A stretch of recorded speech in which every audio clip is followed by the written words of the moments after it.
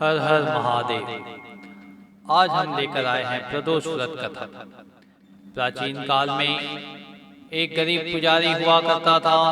उस पुजारी की मृत्यु के बाद उसकी विधवा पत्नी अपने भरण पोषण के लिए पुत्र को साथ लेकर भीख मांगती हुई शाम तक घर वापस आती थी।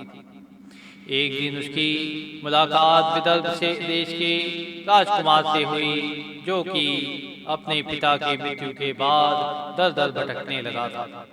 उसकी यह हालत पुजारी की पत्नी से देखी नहीं गई। वह उस राजकुमार को अपने साथ अपने घर ले आई और पुत्र जैसा रखने लगी। एक दिन पुजारी की पत्नी अपने साथ दोनों पुत्रों को सांडिल्य ऋषि के आश्रम ले गई।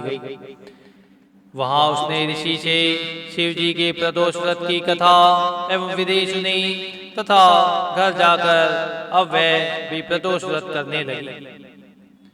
एक बार दोनों बालक वन में घूम रहे थे। उनमें से पुजारी का बेटा तो घर लौट गया, परंतु राजकुमार वन में ही रह गया। उस राजकुमार ने गंधर्व कन्याओं को क्रीड़ा करते हुए देखा तो उसने उनसे बात करने लगा। उस कन्या का नाम अंशुमति था। उस दिन वह राजकुमार घर देरी से लौटा। राजकुमार दूसरे दिन फिर से उसी जगह पहुंचा जहां अंशुमति अपने माता पिता से बात कर रही थी। तभी अंशुमति के माता पिता ने उस राजकुमार को पहचान लिया तथा उससे कहा कि आप तो विदर्भ नगर के राजकुमार होना, आपका नाम धर्मगुप्त है। अंशुमति के माता पिता को वह राजकुमार पसंद आया और उन्होंने कहा कि शिव जी की कृपा से हम अपनी पुत्री का विवाह आपसे करना चाहते हैं। क्या आप इस विवाह के लिए तैयार हैं? राजकुमार ने अपनी स्वीकृति दे दी तो उन दोनों का विवाह संपन्न हुआ। बाद में राजकुमार ने गंधर्व की विशाल सेना के साथ विदर्भ पर हमला किया और घमासान युद्ध कर विजय प्राप्त की तथा पत्नी के साथ राज्य करने लगा।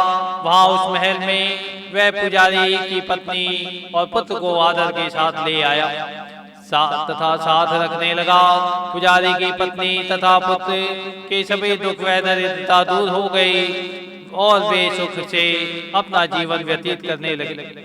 एक दिन अंशुमति ने राजकुमार से इन सभी बातों के पीछे का कारण और रहस्य पूछा। तब राजकुमार ने अंशुमति को अपने जीवन की पूरी बात बताई और साथ ही प्रदोष व्रत का महत्व और व्रत के प्राप्त फल से भी अवगत कराया। उस दिन से प्रदोष व्रत की प्रतिष्ठा व महत्व बढ़ गया तथा मान्यता अनुसार लोग यह व्रत करने लगे। कई जगहों पर अपनी श्रद्धा के अनुसार स्त्री पुरुष दोनों ही यह व्रत करते हैं। इस व्रत को करने से मनुष्य के सभी कष्ट और पाप नष्ट हो जाते हैं एवं मनुष्य को अभिष्ट की प्राप्ति होती है। तो भक्तजनों, आज का यह कथा आप लोगों को कैसी लगी कृपया हमें कमेंट करके बताएं। हमारे चैनल को सब्सक्राइब करें, लाइक करें व शेयर करें। धन्यवाद। हर हर महादेव।